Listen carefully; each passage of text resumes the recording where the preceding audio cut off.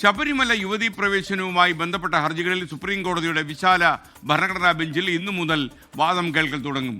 പുനഃപരിശോധനാ ഹർജികളെ പിന്തുണയ്ക്കുന്നവരുടെ വാദമായിരിക്കും ഇന്ന് തുടങ്ങുക. മറ്റന്നാൾ വരെയാണ് പുനഃപരിശോധനാ ഹർജികളെ പിന്തുണയ്ക്കുന്ന ആളുകളുടെ വാദം. PR അരവിന്ദ് കൂടുതൽ വിവരങ്ങൾ നൽകാൻ ഡൽഹിയിൽ നിന്ന് ചേരുകയാണ്. Aravind, good morning. പറയൂ അരവിന്ദ്. Good morning SK.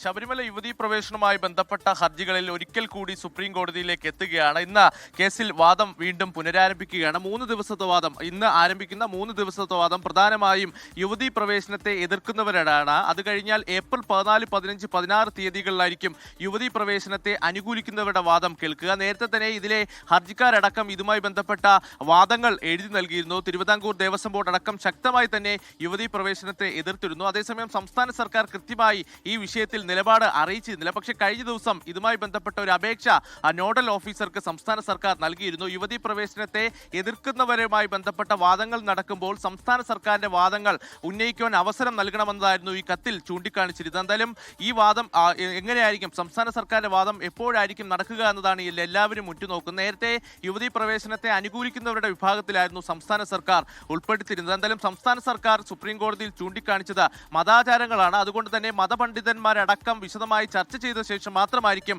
ഇതിലൊരു തീരുമാനം എടുക്കേണ്ടതെന്നാണ്. അതേസമയം തിരുവിതാംകൂർ ദേവസ്വം ബോർഡ് അടക്കം ശക്തമായി തന്നെ യുവതീ പ്രവേശനത്തെ എതിർത്ത് നിലപാട് സ്വീകരിച്ചിരുന്നു. 9-അംഗ ഭരണഘടനാ ബെഞ്ചാണ് ഇതുമായി ബന്ധപ്പെട്ട വാദം കേൾക്കാൻ വേണ്ടി രൂപീകരിച്ചിരിക്കുന്നത്. ചീഫ് ജസ്റ്റിസിന്റെ അധ്യക്ഷതയിൽ രൂപീകരിച്ച ബെഞ്ചിൽ BV നാഗരത്നയാണ് ഏക വനിതാ അംഗമായിട്ടുള്ളത്. എന്തായാലും ആദ്യ 3 ദിവസത്തെ വാദമാണ് ഇന്ന് ആരംഭിക്കുക.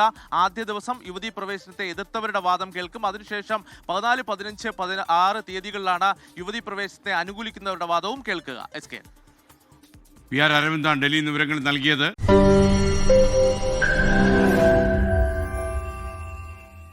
ലോകത്തെവിടെയായാലും ഏത് സമയത്തും 24 വാർത്തകളും ഓഗ്മെന്റഡ് റിയാലിറ്റി പാക്കേജുകളും എക്സ്പ്ലെയിനറുകളും വിശദമായി കാണാൻ ഞങ്ങളുടെ YouTube ചാനൽ നിങ്ങൾക്ക് സബ്സ്ക്രൈബ് ചെയ്യാം.